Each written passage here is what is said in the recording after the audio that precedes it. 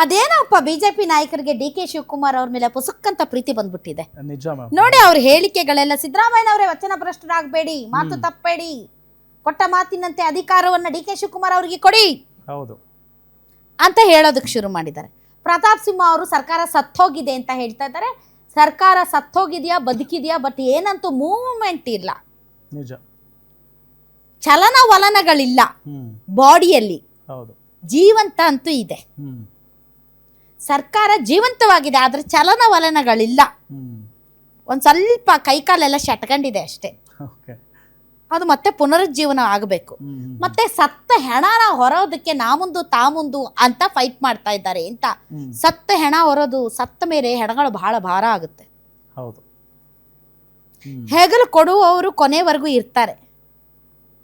So ಹೆಗಲು ಕೊಡ್ತೀನಿ ಅಂತ ಡಿ ಕೆ ಶಿವಕುಮಾರ್ ಅವರು ಹೇಳ್ತಿದ್ದಾರೆ. ಅದು ಮುಂದಾದ್ರೂ ಓಕೆ, ಹಿಂದಾದ್ರೂ ಓಕೆ. ಸತ್ತ ಹೆಣ ತಗೊಂಡು ಏನು ಮಾಡೋದು, ಮಣ್ಣು ಮಾಡೋಕಷ್ಟೇ ಅದನ್ನ ತಗೊಂಡೋಗಿ, ಹೌದಾ? ಮತ್ತೆ ಜೀವ ಅಂತೂ ಬರ್ಸಕ್ಕಾಗಲ್ಲ. ಹಾಗಾಗಿ ಇದು ಸತ್ತ ಹೆಣ ಅಲ್ಲ, ಇದು ಚಲನವಲನಗಳಿಲ್ಲದ ನಿಷ್ಕ್ರಿಯವಾದಂತಹ ಒಂದು ಬಾಡಿ ಅಷ್ಟೇ. ಅದು ನಾಳೆ ಚೇತರಿಸಿಕೊಂಡು ಅದಕ್ಕೆ ಪುನರುಜ್ಜೀವನವಾಗಿ ಪುನರುತ್ಥಾನವಾಗಬಹುದೇನೋ, ಯಾರಿಗೆ